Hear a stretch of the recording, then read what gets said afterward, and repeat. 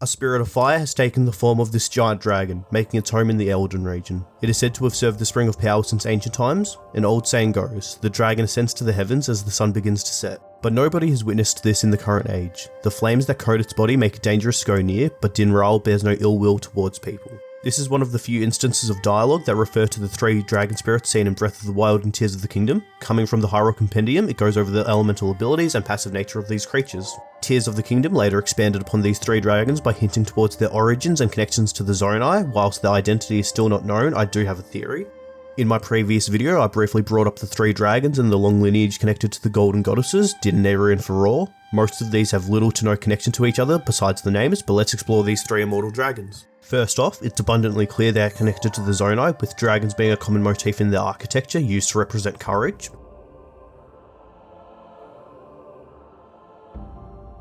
On top of this, both the Zonai and the dragons are designed to resemble ghosts, a simple design detail grounding these larger-than-life mythical creatures in reality.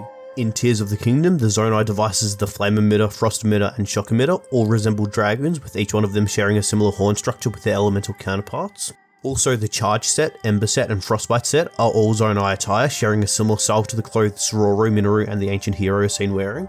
The most obvious connection lies within the main story of the game. These dragon spirits were born into existence through the act of draconification caused by the swallowing of a Zonai secret stone. Within the game, we see two characters undergo this process, the first being Zelda, who becomes the Light Dragon, and the second being Ganondorf, who becomes the Demon Dragon. Ironically, this leaves Link out as the only one from the iconic trio to not become a dragon, despite them both being representative of courage. This process is implied to make the person lose their mind and soul. Despite this, they both seem to hold a fraction of themselves while as a dragon. For example, Zelda, or the Light Dragon, is seen flying above 7 of the 12 dragon tiers. The 5 she doesn't fly over all have something in common. They are memories 4, 7, 9, 10, and 12.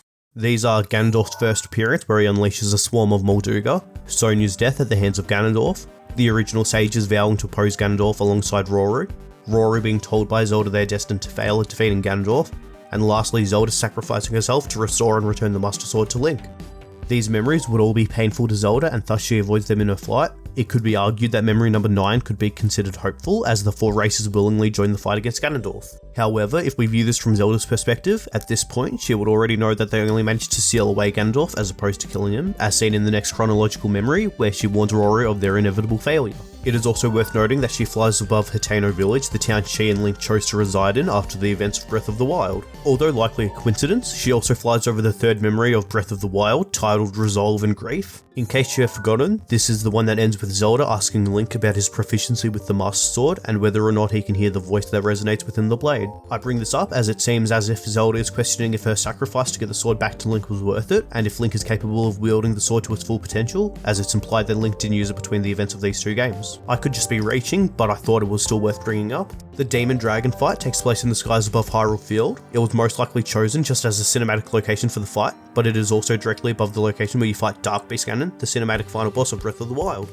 Not to mention Ganondorf's desire to rule over the green fields of Hyrule. So looking at these, we see a semblance of the original characters within the dragons. So could we also look at the paths of Farosh, Naydra and Dinral in both Breath of the Wild and Tears of the Kingdom to understand more about their identities? Before we move forward, I should state that this is the timeline I've been going by. The era of myth is all the pre-Breath of the Wild games, starting with Skyward Sword and ending with Spirit Tracks, Four Swords Adventures and The Adventure of Link in the adult, child and downfall timeline respectively. The Wild era is both Breath of the Wild and Tears of the Kingdom, with the Hyrule founded by Rory seen in the memories being either a refounding or a separate Hyrule from those seen in the era of myth. This may or may not be correct, but this is the mindset I had when analysing the dragon spirits and the Zonai. With that cleared up, in Tears of the Kingdom, Dinral is seen exiting the East Akala Plains Chasm before heading west across the Akala Wilds and through Elden's flank and deeply in Badlands. She then enters the depths through the nearby Drennan Highlands Chasm, where she heads east back towards the East Akala Plains Chasm. Next we see Naydra come out of the Naydra Snowfield Chasm, where she then goes southwest, circling around any paths before flying over Fort Hateno towards Kakariko. She then enters the East Hill Chasm and loops back to the Naydra Snowfield Chasm through the depths. Lastly, Farosh exits the East Gerudo Chasm and roughly follows along the Gerudo Canyon before exiting it towards Taobab Grassland and proceeds to fly over Lake Hylia into the hills of Borma Chasm.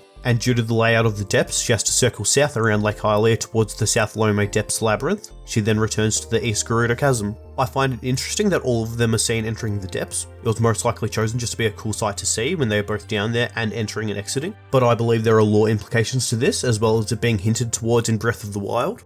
In it, we see Feroce enter whirlpools in both Lake Floria and Lake Hylia in a similar fashion to how they enter the chasms, so this may have been how they returned to the depths before the upheaval caused the chasms to appear. Now, we all know of the Zonai's connections to the skies, as they once descended upon the lands of Hyrule from there, but these sky islands we see are most likely just segments of the surface that have been lifted to the skies, similar to Skyloft. This can be backed up through the fact that the side adventure, Legend of the Great Sky Island, reveals that the island was raised into the skies after the event seen in the memories to protect the Purapad, so that Link would eventually receive it. So this confirms the Great Sky Island once being on the surface, but most, if not all of the Sky Islands were most likely also on the surface. Similarly, all the Sky Lome labyrinths were all probably connected with the ones on the surface, making them into large castles built in the three corners of Hyrule that neighbour land as a means of defence. The Zonai may not have had much involvement in the skies after descending, but as for the depth, they had to have some involvement, as seen by the numerous mines and colosseums, which are all Zonai designed architecture. Now that I've cleared this up, could the Zonai have any connections to any other underground dwelling civilizations seen in the series? I bring this up as evolution does play a role in the series, with Pirella evolving into Zora and then Rito, Kokiri to Koroks, and Skyloftians to Gerudo and Hylians.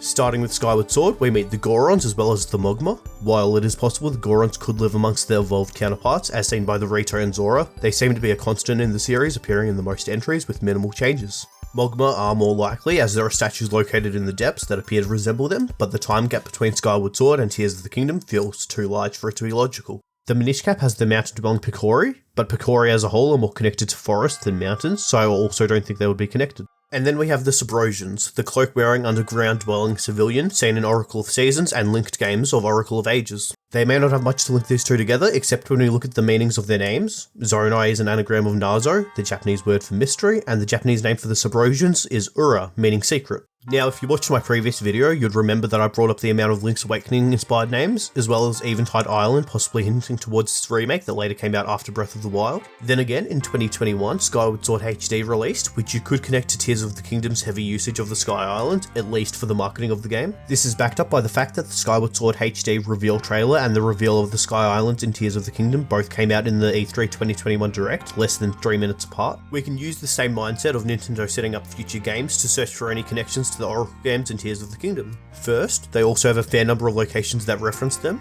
If we consider them as one entity, they have 10 in total, a decent amount considering they only had roughly 4 million sales. Not amazing, as that would be 2 million sales each, making them the 6th and 5th worst selling games. Secondly, we see 2 instances of pirate-themed side quests, with one in Akala and one in Lurelin.